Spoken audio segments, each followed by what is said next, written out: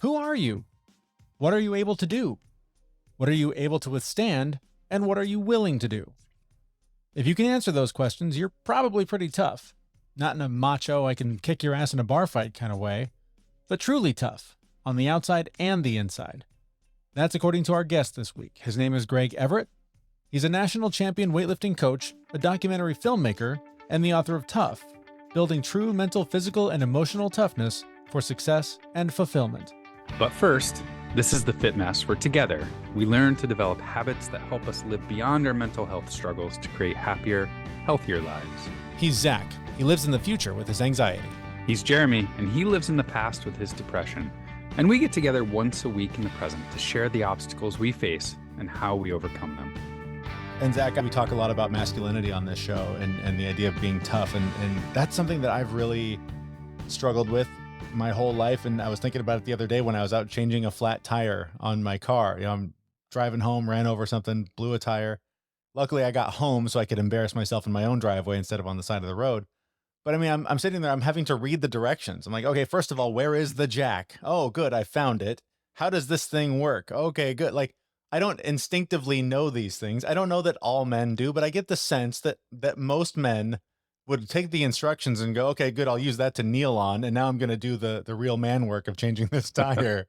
And I'm poring over it word for word. Okay, step one. It's stuff like that I think is sort of what he's getting at in this book, is really just being prepared for disaster, being prepared for whatever life throws at you instead of just reacting in the moment. Yeah, both physically and mentally. Yeah. Right. And not being prepared in a way of like knowing everything, but knowing how to react to things. Right. And that's so much of what I think we try to do here, just taking care of your body before it falls apart instead of waiting for it to fall apart and then going, oh God, what do I do now? Right. Mindfulness practices where, it's the mindfulness practices are what prepare you for the real life situations that you're in that you can handle. So. Yeah. Cheryl and I were driving over the weekend. We went up to the family cabin and we were having a conversation about, and I don't remember what the conversation was about, but within it was the idea of making sure you have a fire extinguisher in your car. And I was like, yeah, of course. That's just common sense. And it's like, do we have one? Like, no, we did once in a kit that we had a few years ago, but it's like things like that. And like knowing where your water shut off is in your house, like these sort of like basic grown up things that you're supposed to just kind of pick up along the way. You do have to be kind of intentional unless somebody taught you that, unless that was part of your upbringing. You have to sort of seek out, what am I supposed to know as a grown up? And I think that's some of what he's getting at here. Well, see, that's where my anxiety comes really handy, right? Yeah. Because I imagine all the worst case scenarios. So I know exactly how to shut off the water in the house. I know how to shut it off for each faucet. I know where all the gas lines are. I know where all the underground electrical lines are. So if I dig there, no, my anxiety keeps me alive in those situations. Hopefully I never have to use them. Right. But there are 7 fire extinguishers in the house too. And I worry about the whole manifestation concept, right? Like if I'm thinking about that the house might burn down or there's going to be a massive flood and I need to shut the water off, am I creating that in my life by even opening up the possibility in my head? Have I told the universe, yes, please flood my home so that I can in the last minute figure out how to turn the water off? Yeah, no, this actually comes into play into my job in like IT. If you are fully prepared and you think about the worst case scenarios and you prepare for them, should they ever happen, generally you don't need any of that stuff.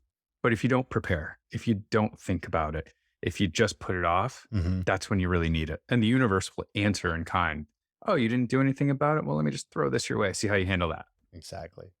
All right. With that, I think we should move over into the interview with Greg Everett. He's the author of Tough, Building True Mental, Physical, and Emotional Toughness for Success and Fulfillment. I really enjoyed this conversation. He brings together 2 of my worlds, like the journaling piece and the being in touch with yourself, and then the strong side of like lifting heavy weights and doing tough things. I know who you are. I know you're kind of a big deal in your industry. So I'd love to hear more about your background. Yeah, I'm a big deal if you ask very specific sets of people. Outside of that, I'm just very regular.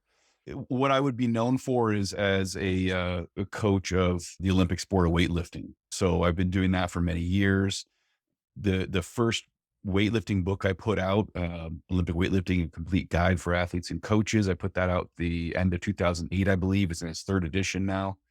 that thing's everywhere. I mean, it's used in university courses. It's the number one book on that topic out there. That's probably what I'm best known for. Of course, I coach along with my wife, the Catalyst Athletics weightlifting team. We're a national championship team. We've got quite a few, lifters at the world championship level. We now have one going to the Olympics that my wife coaches, Maddie Rogers. Nice. The now 2021 Olympics, very odd. But so I've been in and around that, the weightlifting, the strength and conditioning, the kind of fitness industry for quite a lot of years. And that's how I make my living, is coaching and creating largely instructional content for the sport of weightlifting. Typical tough guy things, right? I mean, this sounds like what I would think of when I think of tough. But as I was reading your new book, Tough, I wasn't expecting it to go as broad as it did, right? You know, it went from journaling to being physically capable to kill a person to protect your family, right? It was very, very broad. So, I guess we can jump right into the book. Like, what does tough mean to you? Could you summarize that? Yeah. And then honestly, the number one dilemma with that book was the title. And, to me personally, it makes perfect sense, but I had to spend a large portion of that first chapter of the book explaining what exactly I mean by tough and what it is to be tough, because I do think there are so many misconceptions and really poorly formed ideas about toughness out there that are unfortunately influencing too many people, primarily of the male gender, in terms of how they approach this or what they believe they need to do or appear as, and all these different things. So to me, I break it down into 4 elements. First is character, and that is your identity. Who are you truly, fundamentally at your core? And included in that is what are your values? Because these are the things that are going to inform all of your decisions.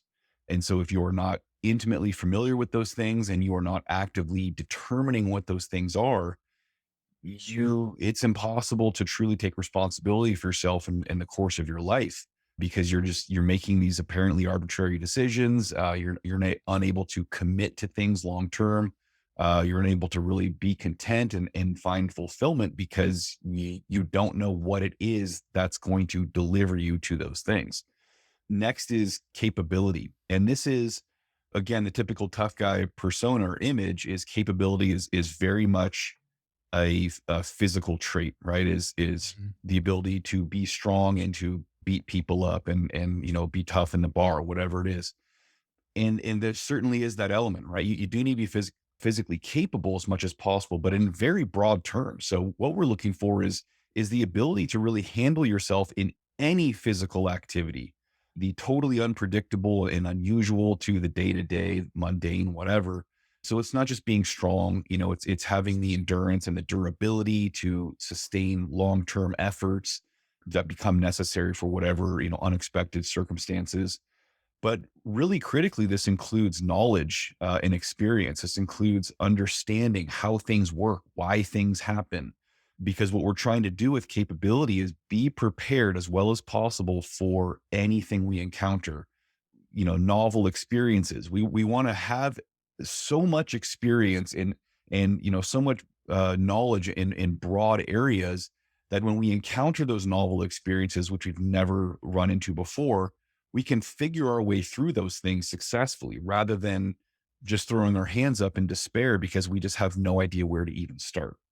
Next is capacity, which of course is really intimately tied to capability, but commonly we talk about resilience, which in my mind is kind of just the starting point. Resilience just means your ability to return to your original condition following some kind of traumatic event or whatever. And that's good. Like, we don't want to be worse off. We don't want to be destroyed, but we should be taking advantage of these things and really exploiting them to our benefit in any possible way. So rather than simply just returning, weathering the storm, coming back out from the cellar at the end of it and kind of just going back to our life as is, we want to use that experience to learn, to grow, to become stronger, to become more aware, to become more engaged, intelligent, creative, resourceful, all these different things, so that every single time, every experience we have, we are better prepared for the next one, whether or not it's something we've experienced before. Mm-hmm. And then finally, we have commitment. And this is what really ties everything together. This is, encompasses the act of being who we are, the act of pursuing what's important to us consistently, the act of pursuing greater capability and greater capacity. And so this is where, people will talk about discipline and all these things. Well, we're looking at routine creation and habit formation and structuring our lives in ways that are conducive to what we need to pursue and who we want to be, not discipline in the again, classic tough guy sense where we're just kind of sitting at the edge of our tightly made bed in a bare walled room with a single light bulb, just gritting our teeth and kind of gut through a horrible life just for the pretext of calling ourselves tough. We're not achieving anything there other than self-torture. So this is about commitment and discipline with a purpose. And that is always tied directly to our underlying motivation, which of course is directly related to our values and our character. One of the first things you said there really rung a bell for me, because a few weeks ago we did an interview and posted an episode about masculinity. The author we talked to was he's kind of on a mission to sort of redefine it from this robotic sitting at the end of the bed with the single light bulb vision. And the response has been really interesting, as you said, particularly from the way men interpret masculinity or toughness and that sort of thing. I guess, how do you feel about the term masculinity and the way that toughness plays into that? Because there is this strange resistance, I feel, from a lot of men, that they can't articulate what it is about like typical feminine qualities that men could learn to adopt and have, I think, a richer life experience. But they can't put a name on what those qualities are, but they certainly don't want to adopt them as men. Can you talk about kind of the barrier there?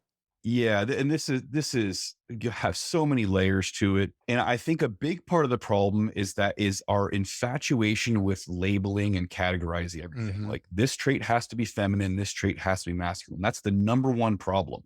Yeah. So if you have a man who is, has grown up his whole life with influences that are saying, strictly categorizing masculinity as certain traits.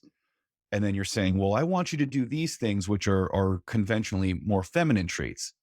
It's going to be 100% the most repugnant thing ever. You're going to get absolutely nothing but resistance. They're not going to be interested. And I understand that completely, because you're asking them to basically totally abandon their sense of who they are and who the world thinks they are and who they think the world needs them to be. And all these different things.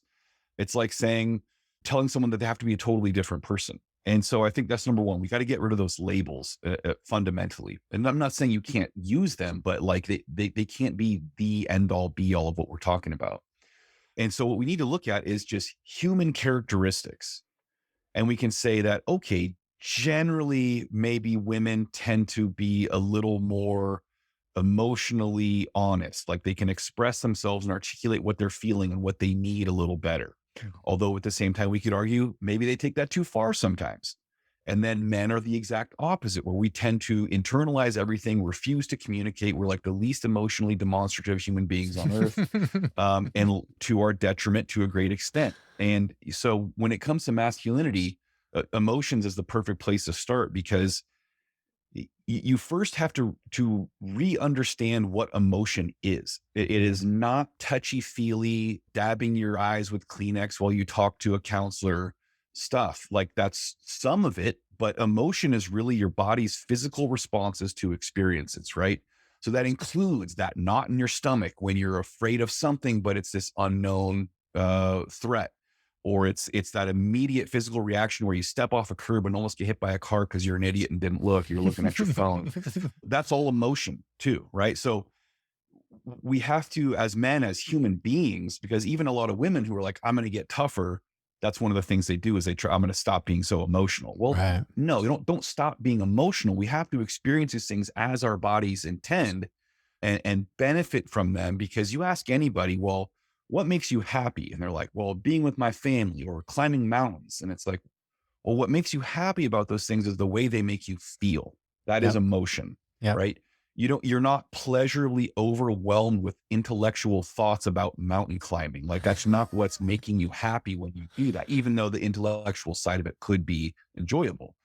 And so we have to understand that. And then really what it comes down to is recognizing that all of us, gender universally, it's a matter of balancing emotion and rational thought appropriately for the given circumstances. right? It's not eliminating one or the other. It's not saying one is better than the other or one is a detriment and one is a benefit. They both have roles to play. And the trick is not allowing one of them to dominate inappropriately and cause Yeah. us to make poor decisions. And making decisions based strictly on emotion is almost always a terrible idea, right? But also totally ignoring and denying emotion and trying to be very robotic and mechanical about things often means that we lose out on so much of the kind of meaningful, enjoyable experiences in life. One of the things that I loved from the book that I can't be reminded of enough, I don't know how many podcasts and books I've consumed trying to remember this lesson, but the idea of improvement versus an endpoint, the fact that we always are striving toward hitting that certain weight level or body shape or waist size or finishing that course or whatever. We're always striving for an end, and I constantly need to be reminded that it's not about that end. It's about just being a little better and improving a little more. Can you talk a little bit more about, I guess, the point you're making with that in the book? Yeah. We are very kind of, as modern people, very goal oriented and kind of endpoint focused, right? Is once I hit this goal, everything in my life is going to be great. Once I'm making 200K a year, or once I'm 125 pounds or whatever, everything's going to fall into place. The doves will come flying out of the car with me and, whatever. And it, time and time again, we prove to ourselves that that is not how life works. And we refuse to heed that lesson, right? So we're constantly searching for new goals. Like, oh, this next one that's going to be the one. I just had the wrong goal. Goals are really critical. But the key with goals in my mind is that we have to have this kind of infinite endpoint for all of this stuff that is harmonious with, again, character and values. Like what in this more universal sense is important to us and are we pursuing? And then our goals, these objective endpoints, are basically waypoints on that path that kind of let us notch off as we go and realize that we're continuing to pursue this kind of all-encompassing thing, which is what is most important. And in that way, we can enjoy the process and find value in the process and meaning in the process and purpose, rather than this just endless checklist of things that never quite pans out. And so you talk to someone about their goals and there's again this idea that once they reach that point, it's everything's going to be good. But if you actually talk to someone in depth about their experiences, the most enjoyable pieces of these goals is the pursuit of them, not the actual achievement, right? So, that seems really counterintuitive to a lot of us, but stop and think about it, right? When you're really engrossed in a project, when you're just enthralled by what you're doing, the whole time flies when you're having fun. That's what you experience. Mihaly Csikszentmihalyi wrote the whole book called Flow, about this flow state where you're just, everything is working perfectly. You're humming along. It's the greatest thing ever. You don't achieve a flow state at the end of that Right. experience when you meet the goal. And then suddenly it's like you've stumbled into nirvana and you've achieved total enlightenment. It's that process that is so valuable to us. And so we have to be able to look at things like that. And it doesn't mean the goals are important. It means they have to be well suited and be in line with our character and our values. But we need to be present in that process and recognizing that that is what's enjoyable. Not all the time, but overall, that's what's enjoyable. It's funny, just a quick anecdote today when I was sort of reviewing my materials and kind of thumbing through the book again, preparing for this interview. I hit that part and I was realizing, I haven't really done anything physical in a few days. My work has been totally crazy. And, I've got this goal of being in better shape and being in better physically in better shape. And it was so funny just hearing you say it's not about that goal, it's about the improvement. I was like, I've got time right now. I can go for a 20-minute walk.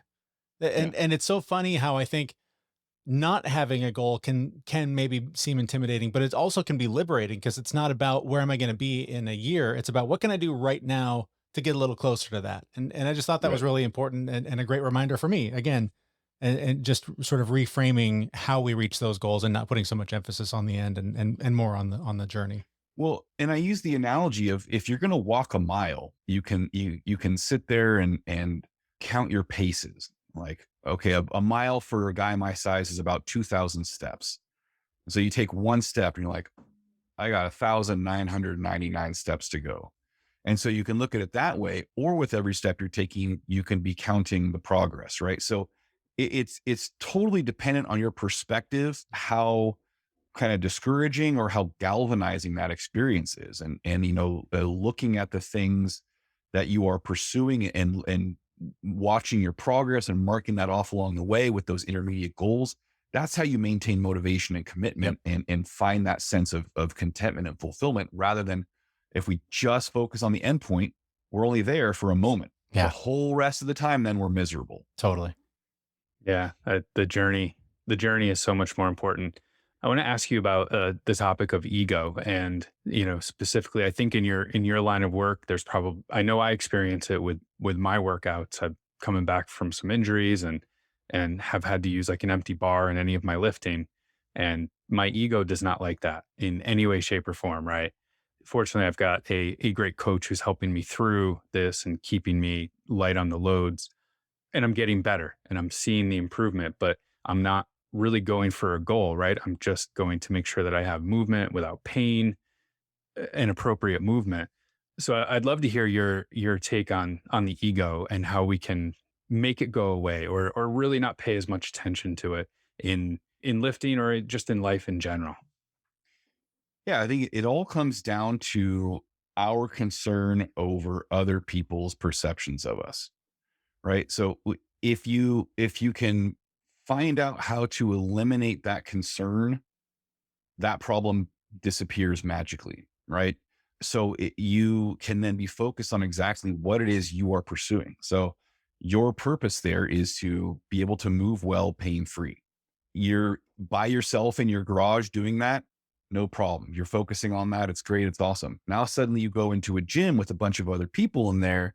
And you're like, oh man, I got to throw some weight on here. This looks ridiculous. Mm-hmm. And so basically what we have to do is kind of create that internal environment of the garage at all times, right? Or my friend Varg Freeborn, who wrote the book Violence of Mind, likes to use the term woodshedding, right? This idea that you're going to go out to the woodshed and just focus totally on this one project, ignore all distractions, and just kind of isolate yourself.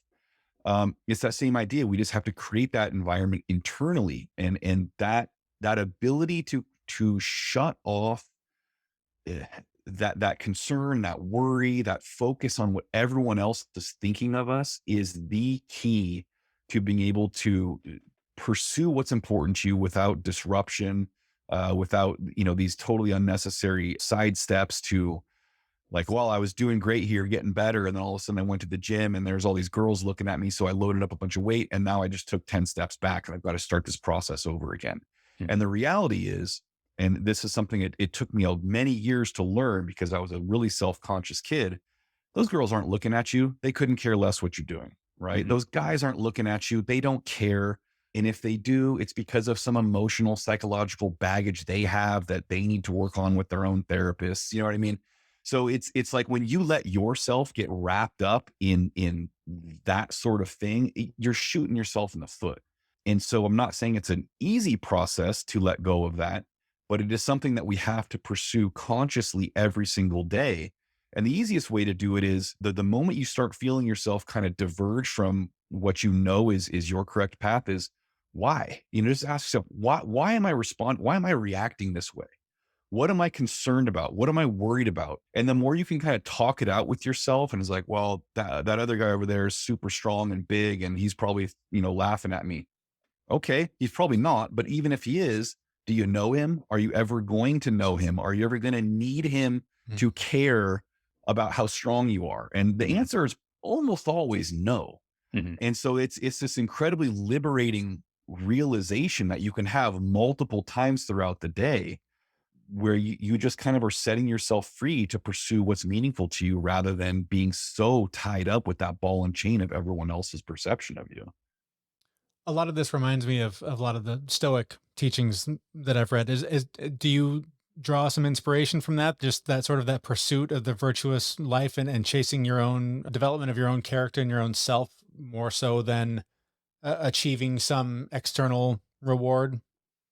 Yeah, I think ultimately that pursuit of character and living in a way that is in alignment with your values is what allows you to achieve all these external objective things anyway.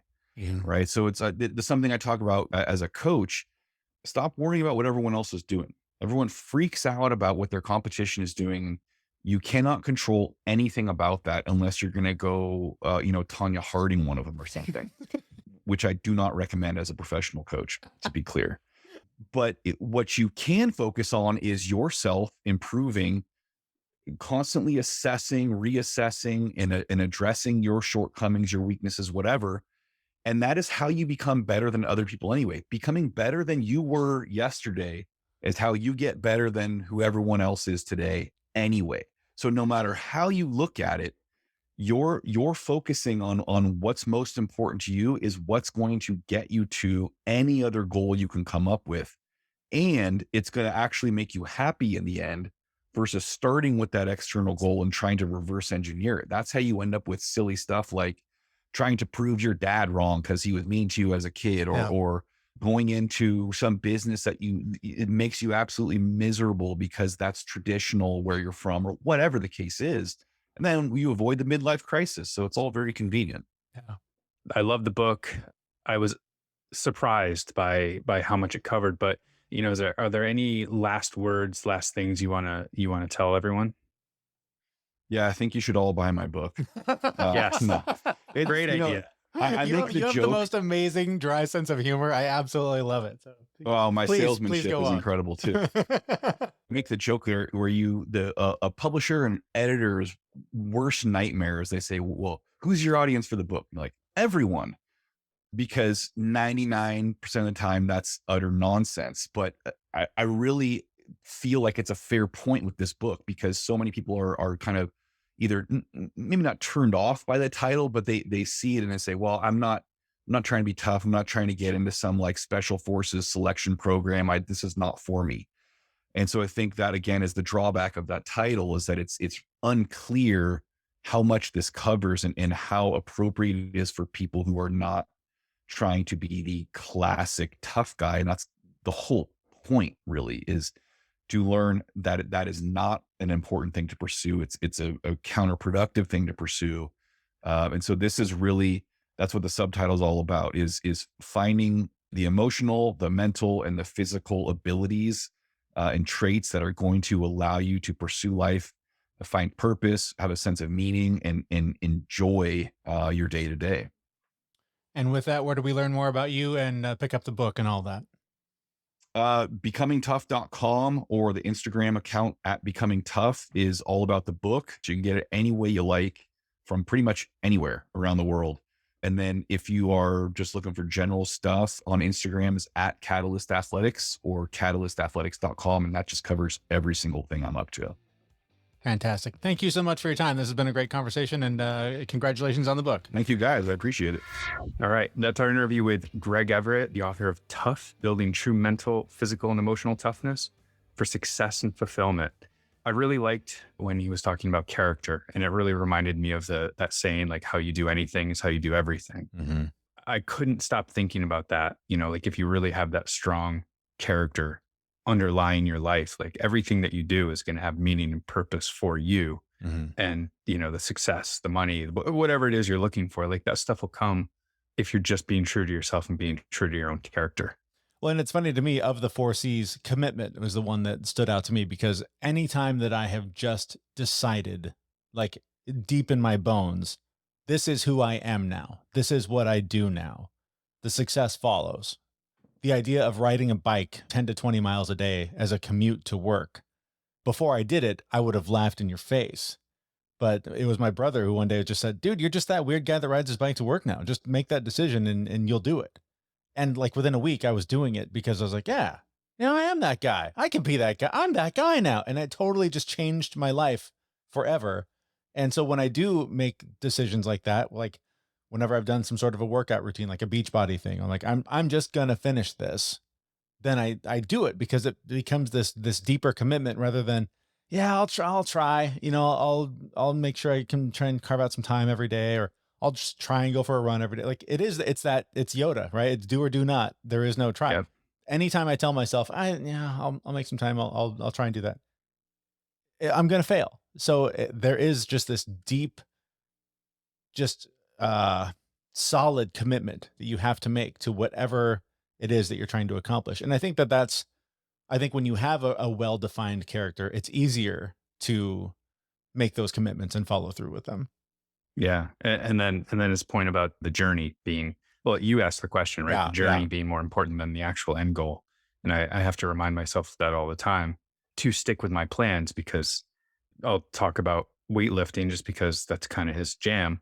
I go in and I look at the workout and I make a plan like, this is the smart plan for me because this is going to keep me healthy. This is going to keep me strong. Yeah. And I think it's the environment that I'm in now. Like I just feel really supported and it's easy to follow that plan, and that's the journey. Mm-hmm. And it's doing wonders. Like the improvements that I'm making. Like if I look back to 2 months ago, the journey is amazing. Like I'm making great progress. So, but the end goal used to be, I want to get back to where I was. I've since changed that now. I do have my end goal, but I'm not focused on that. I'm focused on what's the next step. Yep. What's the next thing? How do I get there without killing myself? Because we all know that if I don't have a plan and stick to it, I will hurt myself very badly. There was a point in reading his book that these things happen whenever you're on this path and you are exposed to the same ideas in different ways. The way he discussed improvement versus endpoint was a game changer for me, because we get so caught up in what is the number on the scale and how do I get to the number that I want it to be, and the size on my pants and how do I get that to the number that I want it to be. Where if you do focus on what can I do today to beat yesterday. In fact, I saw something on social media over the weekend that was literally those two words, beat yesterday. And I was like, that is so simple. Like if you just repeat those two words to yourself, that can be a really easy mantra to think about when you go to get donuts for breakfast and go, is this better than what I did yesterday? Like when you go to have pizza for dinner, or you decide you're not going to go for that walk or that run, is this better than what I did yesterday? And if you use that as sort of the gauge, that's really the only reason to look back is am I doing better than what I did yesterday? And that, I think, is going to be a really powerful way for myself to use those two words to try and improve in all the areas I'm trying to improve. Right. And then you can't make the same mistake that I make where I reset the baseline all the time. Oh, I do it all the time. So it's where it's like, well, today I'm doing better than yesterday because I had 2 pints of ice cream yesterday. So I can have 1 today. Right.